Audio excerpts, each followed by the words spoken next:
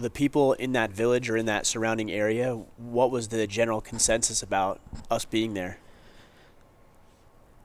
Was it welcomed? Was it unwelcomed? Probably a mix of both. A mix of both. I would say a lot more welcomed. But see, the trick is, and the difficult thing is, because of this, some of the things I've already said, these people are living in such constant fear that, you do get those kids and some of the adults you talk to that express that they're so happy to have us there. Sure. And they are so excited for, good things to come and maybe to have a school one day. But the vast majority of the population is so terrified to say anything because everything's so unconventional over there. One guy can be telling you he loves you, giving you a hug at the end of the day, offering you chai and tea and to eat with his family.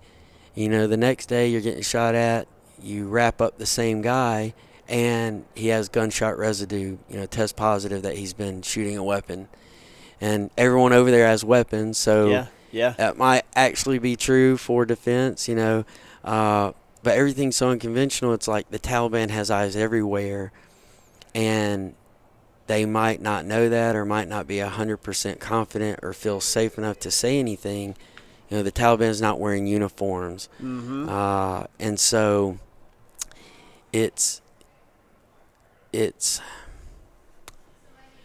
difficult when you're dealing with the population that's so scared of the repercussions of trying to help their own country that they might not say anything, or they might not take up arms with you. Right. Or, right.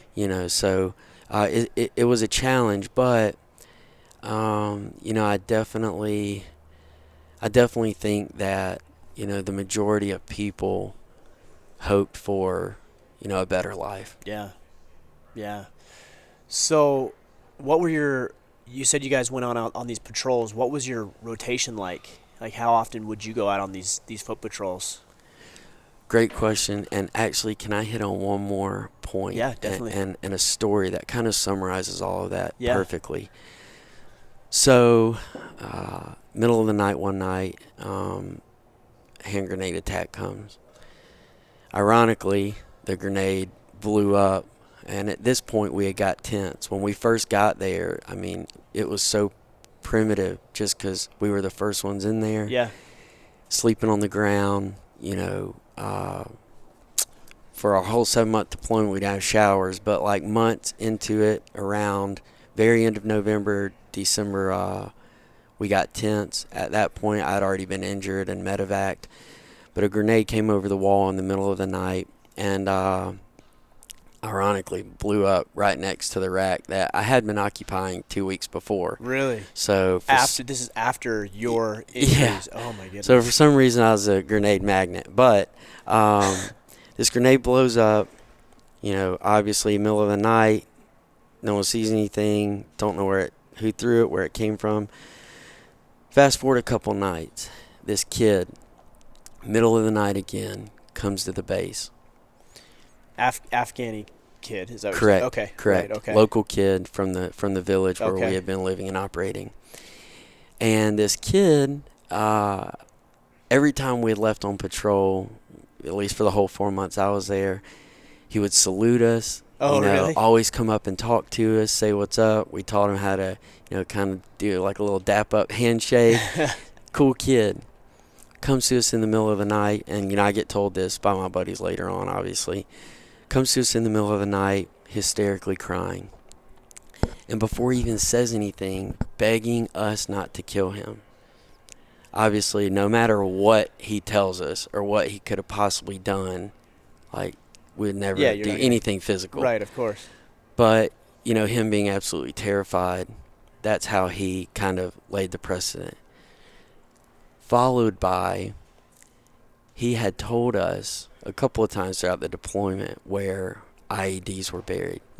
Because even though the Taliban might kind of hate their own people and the local population, people know, just like people know in their neighborhoods here in America. Right. what's up and where IEDs are. And this kid a couple of times had told us where IEDs were, one of them extremely significant that would have injured or killed a lot of Marines. And, you know, we always kept it under wraps, but I think just association of him, you know, saying what's up to us, talking to us while we're on patrol, just being friendly with us, Yeah. and us mysteriously finding some of these IEDs, even though we have metal detectors, and if they don't plant the IED well, there's disturbed dirt. Sure, you can see signs of it. Exactly. Right. Maybe some type of association between this kid and us finding IEDs. So the Taliban comes into his home while he's sleeping, wraps him up in the middle of the night, takes him to the outside walls of our compound, and this kid's 11, 12, Oh my gosh. puts a hand grenade in his hand, pulls the pin, and gives them the ultimatum. Obviously, you either throw it or, you know, this is it for you. And so he's the one that threw the grenade. Oh. Loving us, wanting that change, trying to help us for his country.